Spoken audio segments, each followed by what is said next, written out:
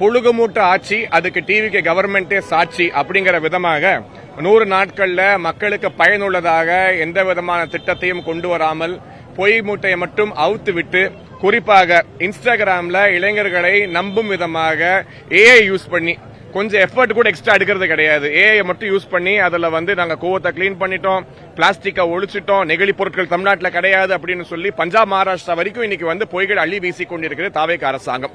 இந்த அரசாங்கம் மக்களுக்கு எந்த விதமான நல்லது என்பதை திட்டமிடாமல் மக்களை எப்படி கவருவது, ஏமாற்றுவது என்பதை மட்டும் யோசித்துக் கொண்டிருக்கிறது. 100 நாட்கள்ல சொல்லக்கூடிய விதமாக பாத்தீங்கன்னா இன்னைக்கு பழனி நில விவகாரம் அபகரிப்புல ஆரம்பிச்சு பல குற்றச்சாட்டுகள், ஏற்கனவே இந்த லாயர்ஸ் போஸ்டிங் போடுறதுல நிறைய பணம் வாங்குறாங்க அப்படிங்கிற குற்றச்சாட்டு நாங்க சொல்லல. தாவேகா நிர்வாகிகளே குமர மண்டம் 10 லட்சம் 20 லட்சம் சொல்லி rate card, menu card rate card வச்சு காசு கேட்கறாங்க அப்படின்னு சொல்லி தாவேகா நிர்வாகிகளே இன்னைக்கு குறை கூறும் விதமாக, அதாவது திமுக மோசம்னு ஒரு வாக்களிச்சு மக்கள் வாக்களிச்சிருந்தாங்கன்னா திமுகவுக்கு யாரா போட்டி, தாவேகா தான் போட்டி, எதுல ஊழல் செய்வதில் அப்படின்னு சொல்லி இன்னைக்கு நிரூபிக்கும் விதமாக இன்னைக்கு ரொம்ப பயங்கர வேகமா போயிட்டு இருக்காங்க. இவங்க இத்தனை நாள்ல செய்த ஒரே சாதனை உதயநிதி ஸ்டாலின் டூர் கூட்டு போயிட்டு வந்ததுதான். அதை தாண்டி எதுவுமே சொல்லும் விதமாக தாவேகா அரசாங்கத்தோட செயல்பாடுகள் இல்ல. எப்பெல்லாம் ஒரு பிரச்சனை வருதோ, குறிப்பாக இன்னைக்கு இந்த 100 நாள்ல எப்போதும் இல்லாத ஒரு டிபேட், கிறிஸ்துவமா தமிழா எது பெருசு அப்படிங்கிற டிபேட் நீங்க தமிழ்நாட்டில் உருவாக்கிட்டாங்க. சோ இந்த தாவேகா அரசோட இடன் அஜெண்டா என்ன அப்படிங்கிறது கொஞ்சம் கொஞ்சமாக வெளிச்சத்துக்கு வர ஆரம்பிச்சிருச்சு. நிச்சயமாக வரப்போகின்ற காலகட்டம் என்பது தமிழக மக்களுக்கு ஒரு கேள்விக்குறியான காலகட்டமாக இருக்குமோ அப்படிங்கிற சந்தேகம் விடுகிறது.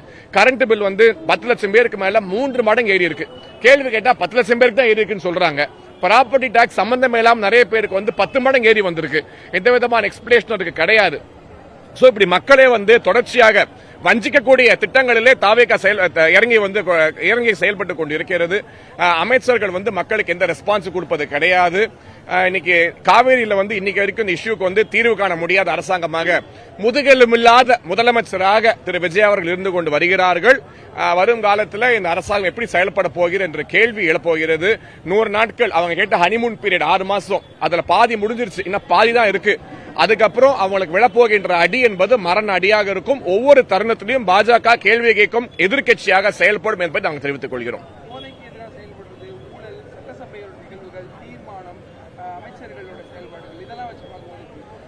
கண்மூடித்தனமான அரசாங்கம். அதாவது திமுக என்னெல்லாம் பண்ணாங்க, அப்படியே காப்பி அடிச்சுட்டு எல்லாத்தையும் எதிர்த்து நிற்போம். நீட் எதிர்த்து நிற்போம், டீலிமிடேஷன் எதிர்த்து நிற்போம், என்இபி எதிர்த்து நிற்போம்.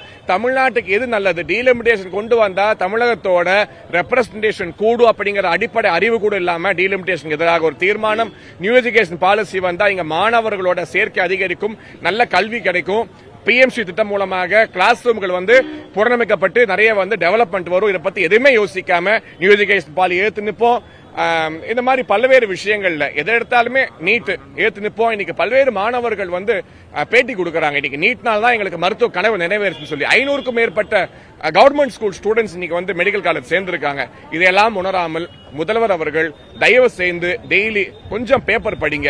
உங்க இன்ஸ்டாகிராம் நியூஸும் வாட்ஸ்அப் செய்தியை மட்டும் படிக்காதீங்க. உங்களுக்கு ஸ்கிரிப்ட் எழுதி கொடுக்கல மட்டும் நம்பாதீங்க.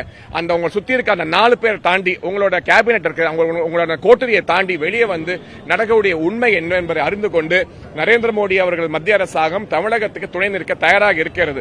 அந்த அரசாங்கம் எதுக்காகனா தமிழக மக்களுக்கு நல்லது செய்யணும். சோ மத்திய அரசாங்கத்தோடு இணக்கமாக செயல்பட்டு அமைச்சர்களுக்கு அறிவுரை கூறி தேவையில்லாம இந்த லூஸ் டாக், மேரி வில்சன் போன்ற அமைச்சர்கள் இன்னைக்கு அவங்க ஆரம்பிச்சிருக்கக்கூடிய டிபேட் ஒரு டேஞ்சரஸான டிபேட். கிறிஸ்துவம் என்கின்ற மொழி பிறப்பதற்கு 2000 முன்பாக பிறந்தது எனது ஆதி தமிழ் மொழி. ஆதி தமிழ் மொழியை தொட்டு பார்க்க நினைச்சா பாஜக அதை விட்டுக் கொடுக்காது என்பதை மடல் வைத்துக் கொண்டு இந்த மத அரசுல தூக்கி எறிந்துவிட்டு அனைவருக்குமான ஆட்சியாக ஏற்கனவே புறநானூறு சொன்னதை பின்பற்றி யாதும் ஊரே யாவரும் கேளீர் என்று நான் முதல்வருக்கு அறிவுறுத்துகிறேன். அந்த அறிவுறுத்தின்படி ஆட்சி நடக்க வேண்டும். இது கிறிஸ்துவர்களுக்கான ஆட்சி மட்டும் கிடையாது, மக்களுக்கான ஆட்சியாக இருக்க வேண்டும் என்பதை கடுமையாக கூறிக்கொள்கிறேன். நேற்றைய தினம் நம்ம நாட்டோட 80வது சுதந்திர தின விழா கோலாகலமாக அனைத்து பகுதிகளும் கொண்டாடப்படக்கூடிய அந்த வேளையில பாத்தீங்கன்னா காங்கிரஸ் கட்சி அலுவலகத்தில் தேசிய பாடல் பாடுபடும் போது அந்த முழு பாடல் ஒரு 3 நிமிஷம், அதாவது நம்ம நாட்டோட இந்த இண்டிபெண்டன்ஸ் ஸ்ட்ரகிள்ல உயிரிழந்த கோடிக்கணக்கான மக்களின் நினைவாக அவங்களோட தியாகத்தை போற்றி இந்த தாய் மண்ணுக்காக உயிர் நீத்த தலைவர்களை நினைவு கூர்ந்து மக்களை நினைவு கூர்ந்து அந்த குடும்பங்களுக்காக இசைக்கப்படக்கூடிய தேசிய பாடலானது நேற்றைய தினம் எல்லா இடத்திலுமே இன்னும் சொல்ல போனால் முதல் முறையாக ரெட் போர்ட் எல்லாம் பாடப்பட்டு மிக அழகான முறையிலே நாட்டுக்காக உயிரிழந்தவர்களுக்கு அவர்கள் தியாகத்தை பெருமைப்படுத்தும் விதமாக ஒலிக்கப்பட்ட அதே தருணத்திலே காங்கிரஸ் கட்சி மட்டும் இந்த பாடலை அவமதிக்கும் விதமாக நேற்றைய தினம் காங்கிரஸ் தலைமை அலுவலகத்தை ஏஐசிசி ஹெட் குவார்டர்ஸ்ல தேசிய பாடல் பாடப்படும் பொழுது சோனியா காந்தி அவர்கள், காங்கிரசின் தலைவர் சோனியா காந்தி அவர்கள், திரு மல்லிகார்ஜுன கார்கே அவர்கள்லாம் கோபப்பட்டு இந்த பாட்டை ஏன் போட்டீங்க அப்படிங்கிற மாதிரி செய்கையில கோபப்பட்டு அங்கிருந்த அந்த ஆபரேட்டரை வந்து திட்டி அந்த பாடல் பாடப்படும் பொழுது எல்லாருமே எந்திரிச்சு நின்று மரியாதை கொடுப்பது என்பது ஒரு வழக்கமான விஷயம். அந்த மரபு கூட இல்லாம, இந்த தாய்மண் மீது மதிப்பு இல்லாம இந்தியர்களை வந்து அவமானப்படுத்தும் விதமாக நேற்றைய தினம் நடந்து கொண்டது மிகவும் கேவலமான செயலாக பார்க்கப்பட வேண்டும். காங்கிரஸ் கட்சிக்கு இந்த நாட்டின் மீதோ இந்த நாட்டுக்கு பாடுபடுபவர்கள் மீதோ எந்த விதமான அக்கறையும் இல்லை என்பது மீண்டும் மீண்டும் நிரூபணமாய் கொண்டிருக்கிறது. குறிப்பாக இந்த இத்தாலியை சார்ந்த சோனியா காந்தி குடும்பமிடம் என்று காங்கிரஸ் கட்சி வந்து சேர்ந்ததோ அன்று முதல் இந்த பழக்கம் ரொம்ப அதிகமாகி மீண்டும் மீண்டும் இந்திய திருநாட்டை அவமானப்படுத்தும் செயல்களிலே இந்த காங்கிரஸ் கட்சியும் இந்த குடும்பமும் தொடர்ச்சியாக நடந்து கொண்டு வருகிறது. இதை கண்டிக்கும் விதமாக இன்று நாடு முழுவதிலும் தேச பக்தர்கள் ஒன்று கூடி பாரதிய ஜனதா கட்சியின் தலைவர்களின் அறிவுறுத்தலின் பேரிலே இந்தியா முழுவதிலும் குறிப்பாக தமிழகத்தின் அனைத்து மாவட்டங்களிலும் இன்று சென்னையிலே பாஜகவின் மாநில இளைஞரணி தலைவர் மரியாதைக்குரிய திரு எஸ்.ஜி. சூர்யா மற்றும் மாவட்ட தலைவர்களின் ஏற்பாட்டின் பேரிலே தேச பக்தர்கள் ஒன்று கூடி காங்கிரஸ் கட்சி அலுவலகத்தை முற்றுகையிடும் வண்ணம் காங்கிரஸ் கட்சி உடனடியாக இந்த பாவச் செயலுக்கு, இந்த நாட்டை அவமதித்ததற்கு மன்னிப்பு கேட்டு உடனடியாக ஒரு அறிக்கை விட வேண்டும். அது மட்டுமின்றி இதற்கு பிறகு அனைத்து நிகழ்ச்சிகளும் தேசிய பாடலுக்கு முக்கியத்துவம் கொடுக்கப்பட வேண்டும். நம்ம வரலாறை மறந்துவிடக் கூடாது. எங்கிருந்து வந்தோம் என்பது முக்கியம். அன்னைக்கு அவங்கெல்லாம் போராடி உயிர்நீத்த காரணத்தினால்தான் இன்றைக்கு நம்ம சுதந்திர காத்தை சுவாசிக்க முடிகிறது.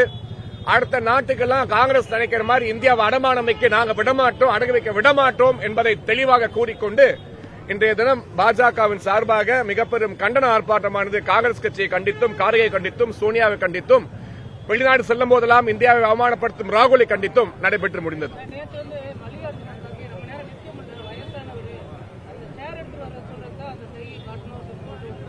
இது ஒரு கேவலமான விளக்கம்.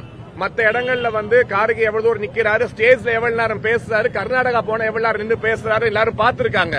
சோ பதவி சுகத்துக்காக போற இடத்துல நின்று பேசக்கூடிய கார்கேக்கு தேசிய பாடலுக்கு 3 நிமிஷம் நிக்க முடியாதுங்கிறது நாட்டு மக்களை முட்டாளாக்கும் செயல். இந்த கேவலமான பொய்களை வெளியே விட்டுவிட்டு நாட்டு மக்களிடம் காங்கிரஸ் கட்சி மன்னிப்பு கோர வேண்டும்.